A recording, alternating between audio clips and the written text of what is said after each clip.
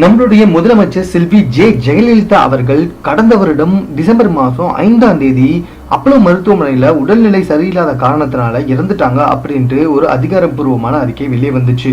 ஆனால் பல பேர் இதுவரைக்கும் அவங்களுடைய இறப்பு என்பது மிகவும் மர்மமான ஒன்றாக இருந்து வந்துட்டு இருக்கு.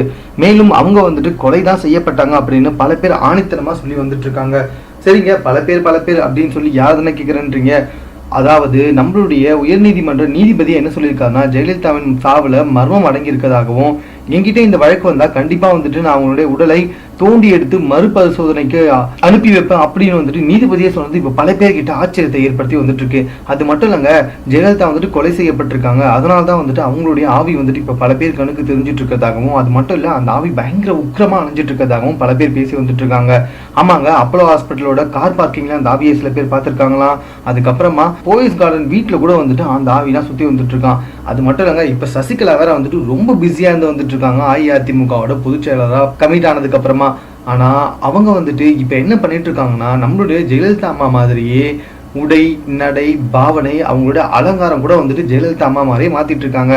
அது மட்டும் இல்லைங்க, இவங்களை ஜெயலலிதா இடத்துல நிரப்புறதுன்றதுக்காக ஜெயலலிதா அம்மா உபயோகப்படுத்தி வந்த கார்ல இருந்து, அவங்களுடைய வீடுல இருந்து, அவங்களோட அறை, அவங்களுடைய மேசை, அவங்களுடைய நாற்காலி எல்லாத்தையுமே ஜெயலலிதா அம்மாவோடதே பயன்படுத்தி வந்துட்டு இருக்காங்களாம். இது எல்லாமே பயன்படுத்தின அவங்களுக்கு ஜெயலலிதா அம்மாவோட படுக்கை அறையை மட்டும் பயன்படுத்துறதுக்கு கொஞ்சம் பயமா இருக்கான். ஆமாங்க, அந்த படுக்கை அறையில படுத்தா மட்டும் அவங்களுக்கு தூக்கம் சரியாவே வரமாட்டுதான். அது மட்டும் இல்ல, அதையும் மீறி படுத்தா ஒரு கொஞ்ச நேரத்திலேயே ஏதோ ஒரு மன கஷ்டப்பட்டு எழுந்துட்டு வந்துடுறாங்களாம். அதனாலேயே அந்த ரூம்குள்ள மட்டும் அவங்களால போகவே முடியலையாங்க. இது இப்ப வரைக்கும் ஒரு மர்மமாவே இருந்து வந்துட்டு இருக்குன்னு சொல்லிட்டு இருக்காங்க.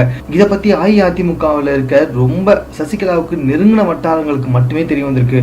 அது மட்டும் இல்லைங்க, சசிகலா ஜெயலலிதா அம்மாவோட ஆவியை துரத்துறதுக்காக கேரளாவில் பல நம்பூதிரிகள்லாம் வர வச்சு கூடிய விரைவில் ஒரு மிகப்பெரிய யாகம் நடத்த இருக்கிறதாகவும் பேசி வந்துட்டு இருக்காங்க. மேலும் இது போன்ற செய்திகளை உடனுக்குடன் தெரிந்து கொள்வதற்கு எங்களோட சேனலை சப்ஸ்கிரைப் பண்ணுங்க. இந்த வீடியோ பிடிச்சிருந்தா லைக் பண்ணுங்க. உங்களோட கமெண்ட்ஸ் எதுவாக இருந்தாலும் ஓகே, எங்களுக்கு போஸ்ட் பண்ணுங்க. தேங்க்யூ.